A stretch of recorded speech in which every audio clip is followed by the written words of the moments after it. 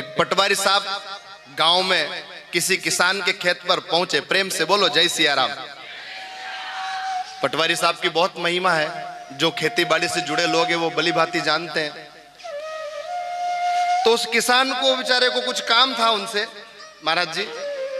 तो सर्दी का समय था, सर्दी के समय में चने की खेती होती है, तो खेत पर चने सेक करके, नमो नारायण, खेत पर चने सेक करके वो साहब को परोसे गए।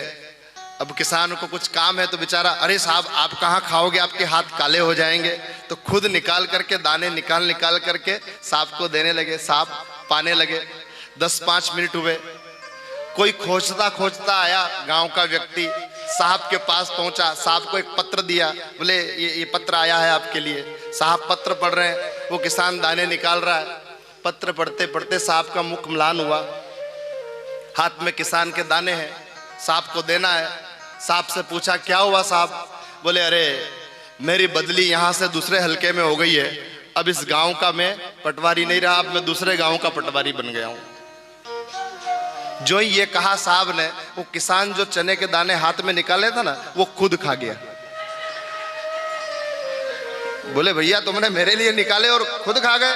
बोले महाराज अब आपसे तो हमारा काम होगा नहीं, तो अब जो आएगा उसको निकाल कर खिलाएंगे आपको। जय सीताराम। स्वार्थ की दुनिया है भैया। हाँ, यहां जो होता है वो दिखाई देता नहीं, और जो दिखता है वो अक्सर होता नहीं। इसलिए मेरा आपसे एक ही निवेदन है, बस अपना भजन बढ़ाओ। किसी को मत देखो कौन क्या कर रहा है, कौन कैसा है, कौन कहां जा रहा है। चौला देखा प्रणाम करो, गौ माता देखी वंदन करो, गंगा मैया देखी आचमन करो। किसी की बुराई नहीं देखना है, केवल और केवल अपना भजन बढ़ाना है। न आप किसी की प्रशंसा करो, वो आपके काम आने वाली है, न आप किसी की बुराई करो, वो आपके काम आने वाली है। अगर काम आने वाला है इस जगत में तो केवल और केवल हरि का नाम काम आने वाला है, और कुछ भी काम आने वाला नहीं। खूब हरि भजो, खूब राम नाम जपो।